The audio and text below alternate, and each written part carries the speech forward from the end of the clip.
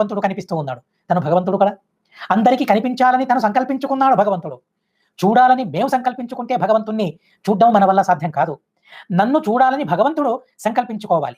నేను వారికి కనిపించాలి, నా భక్తులకు నేను కనిపించాలి అని భగవంతుడు సంకల్పించుకున్నట్లయితే ఆ భగవంతుణ్ణి మనం చూడగలమే తప్ప మా సంకల్పం అక్కడ అసలు పనికి రాదు.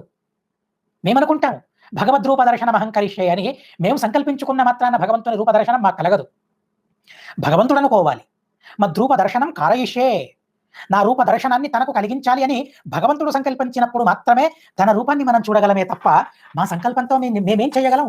వారందరూ అనుకున్నారు భగవంతుని అనుగ్రహం ఉంటే ఆ భగవంతుని తనివి తీరా మేము చూడొచ్చు, ఎంచక్క ఆ భగవంతుని చూసి ఆనందాన్ని అనుభవించవచ్చు అని. ఎక్కడెక్కడికి వెళితే భగవంతుని దర్శనం కలుగుతుందో ఆయా ప్రదేశాలకి వాళ్ళు వెళ్ళారు. మార్గే గ్రామ జనారాజన్ తత్ర తత్రోపసంగతాః వసుదేవ సుతౌ వీక్ష ప్రీతా దృష్టిం నచాదదు. ఆ భగవంతుని చూస్తూ ఉన్నప్పుడు అసలు ఆ కళ్ళను మరోవైపు మళ్లించాలని కూడా వారికి అనిపించడం లేదట. అలా తదేక దృష్టితో మమైకంతో ఆ భగవంతుని రూపాన్ని చూస్తూ ఉన్నారు. చూడటమేంటి, త్రాగినట్లు ఆ రూపాన్ని త్రాగుతూ ఉన్నారట. కళ్ళతో ఆ రూపాన్ని త్రాగేస్తూ ఉన్నారట. తమలో ఆ రూపాన్ని నింపుకుంటూ ఉన్నారు. అలా భగవంతుని చూస్తూ ఉన్నారు. కృష్ణుడు వెళ్ళక ముందే కృష్ణుని తండ్రి నందుడు, ఎందరో గోపాలకులు ఆ మథురా నగరాన్ని చేరుకున్నారు. తర్వాత కృష్ణుడు అక్రూరుని కన్నాడు. అక్రూర, మేము ఈ ఊరిని చూసి రావాలని మేము అనుకుంటూ ఉన్నాం, కనుక రథాన్ని తీసుకుని నువ్వు ముందు వెళ్ళు, ఆ తర్వాత ఈ ఊరినంతా ప్రదక్షిణ చేసుకుని ఊరిలోని వింత వస్తువులనంతా చూసి మేము వస్తామని కృష్ణుడు చెప్పాడు.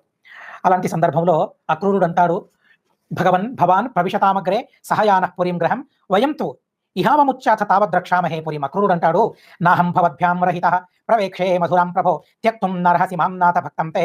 భక్తవత్సల భగవన్, నువ్వు భక్తవత్సలుడివి కదా, కనుక నువ్వు లేక నేను ఎలా వెళ్ళను, ఎలా పురప్రవేశం నేను చేయను, నువ్వు లేకుండా పురప్రవేశం ఎలా తగును నాకు, కనుక నువ్వు లేనిదే నేను వెళ్ళను అని మారం చేసేట్లు చేశాడట అక్రూరుడు. భగవంతుడు అంటూ ఉన్నాడు, భగవంతునికి చెప్పాడు అక్రూరుడు, ఆగచ్చ యామ గేహాన్నః సనాథాను కురువధోక్షజ. స్వామి, నా ఇంటికి రావా, ఊరికి వచ్చిన నువ్వు నా ఇంటికి రావా, నా ఇంటికి రావాలి, మమ్మల్ని ఉద్ధరించాలి, కృపాదృష్టితో మమ్మ చూడాలి, మమ్మల్ని అనుగ్రహించాలని వేడుకున్నప్పుడు సరే నేను వస్తాను, నా అన్న బలరామునితో కూడుకుని నీ ఇంటికి వచ్చి నిన్ను ఉద్ధరిస్తానని సమాధానపరిచాడు భగవంతుడు. ఆ తరువాత సరే అని భగవంతుణ్ణి అక్కడే విడిచి అక్రూరుడు వెళ్ళిపోయాడు. అక్రూరుడు వెళ్ళి కృష్ణ పరమాత్మని తీసుకుని వచ్చిన ఆ ఉదంతాన్ని వార్తను కంసునికి చేరవేశాడు.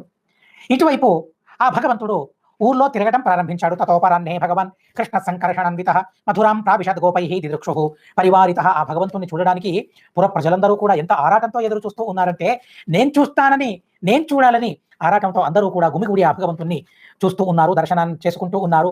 ఆనందమూర్తిముపహుష్య దృశాత్మలబ్ధం హృష్యత్వచః జహుః అనంతమరిందమాధిం. ఆ భగవంతుడు ఎలాంటి వాడు? ఆనందమూర్తి భగవంతుడు. చూడండి, ఆనందం అనే గుణం భగవంతునిలో ఉంది. మూర్తి అంటే ఏంటి? దేహమని అర్థం. భగవంతునికి ఎలాంటి దేహం ఉంది అంటే ఏదో మిథ్యాభూతమైన దేహం కాదది భగవంతునిది. ఏదో కొన్ని రోజులు మాత్రమే కనిపించి తర్వాత మాయమయ్యే దేహం కాదది. భాగవతం చెబుతుంది, భాగవతంలో ఆ ప్రజలందరూ భగవంతుణ్ణి ఎలా చూశారు, భగవంతుని దేహం ఎలాంటిదని నిర్ధారణ చేసుకున్నారు, వారి మాటలను మేము వినాలి కదా. ఎలా భగవంతుణ్ణి చూశారు అనే దాన్ని మేము తెలుసుకొని మేము కూడా అలాగే భగవంతుణ్ణి చూడాలి కదా. కనుక మథురలోని గ్రామ ప్రజలు, మథుర నగరావాసులు భగవంతుణ్ణి ఎలా చూశారు, ఎలాంటి దేహాన్ని వారు కన్నారు. భాగవతం అంటుంది, ఆనందమూర్తిం, ఆనందమూర్తి తను, ఆనందమే తన దేహం, జ్ఞానమే తన దేహం. అలాంటి భగవంతుని దేహాన్ని చూసిన వారందరూ కూడా తమ తమ మానసిక వ్యథలను, దైహిక రోగాలను పరిహరించుకున్నారు. అలాంటి అద్భుతమైన దేహం అది. మళ్ళీ ఉపనిషత్తు మనకు చెబుతుంది, తం యథా యథా ఉపాసతే తదేవ భవతి. భగవంతుణ్ణి మేము ఎలా ఉపాసన చేస్తామో మేము కూడా అలాగే అవుతాం. భగవంతుణ్ణి మిథ్య అని మేము ఉపాసన చేస్తే మేము కూడా మిథ్య అవుతాం. భగవంతుడు సత్యం అని మేము ఉపాసన చేస్తే మేము కూడా సత్యం అవుతాం. అలాగే భగవంతుని ఆనందం అనేది సత్యమని ఉపాసన చేసినట్లయితే మా ఆనందం కూడా సత్యం అవుతుంది. అదే కదా, సత్యమైన ఆనందాన్ని పొందాలని ఆరాటం కదా మాకందరికీ. ఏదో వైషయికమైన సుఖాన్ని అనుభవిస్తూ ఉంటేనే ఇంత అద్భుతంగా ఉంటుంది, అసలు ఆ ఆనందాన్ని విడిచిపెట్టాలని మనిషికి అనిపించదు. అలాంటప్పుడు స్వరూపభూతమైన ఆనందాన్ని అనుభవించాలనే తహతహ మనకు ఉండాలి కదా. సత్యమైన స్వరూపభూతమైన ఆ ఆనందాన్ని మనం నిరంతరం అనుభవించాలంటే భగవంతుని ఆనందమూర్తి అని మనం ఉపాసన చేయాలి. భగవంతుని దేహం ఆనందాత్మకమైనది, ఆనంద ప్రధానమైనది అని మేమందరం ఉపాసన చేయాలి. వారందరూ కూడా అలా ఉపాసన చేశారు. ఆనందమూర్తి చూశారు అనడం లేదు భాగవతం. ఆ ఆనందమూర్తి అయిన ఆ భగవంతుని కళ్ళతో కౌగిలించుకున్నారట. భాగవతంలోని భాషను గమనించండి. ఆనందమూర్తిం ఉపగుహ్య దశ ఆత్మలబ్ధం. ఆనందమూర్తిం ఉపగుహ్యం చేసుకోవాలంటే కౌగిలించుకోవడం అని అర్థం. ఎలా కౌగిలించుకున్నారు? కళ్ళతోనే కౌగిలించుకున్నారట. అసలు భావనలో ఎన్ని వైభవాలు ఉన్నాయో గమనించండి. అసలు దేహంతో మరో దేహాన్ని కౌగిలించుకోవడం ఇంత మాత్రమే మనకు తెలుసు. కళ్ళతో రూపాన్ని త్రాగడం మనకు తెలుసా? లేదు. కళ్ళతో ఎలా కౌగిలించుకోవడం మనకు తెలుసా? తెలియదు. కానీ ఆ మధురానగర వాసులందరూ కూడా ఆనందముక్తి అయిన భగవంతుని చూసి తనలోని సత్యమైన ఆనందాన్ని ఉపాసన చేస్తూ వారందరూ కూడా అలాంటి భగవంతుని కళ్ళతోనే కౌగిలించుకున్న తర్వాత ఇక వారికి దుఃఖం అనేది ఉంటుందా? లేదే. చాలా ఆనందాన్ని, సంతోషాన్ని వారందరూ కూడా అనుభవించారు. జహుహు అనంత అనంత జహుహు అనంతం అరిందమాధిం, అనంతమైన ఆదిని లెక్క లేనన్ని మానసిక వ్యథలను వారందరూ కూడా పరిహరించుకున్నారు. అలాంటి అద్భుతమైన రూపం భగవంతునిది. ప్రాసాద శిఖర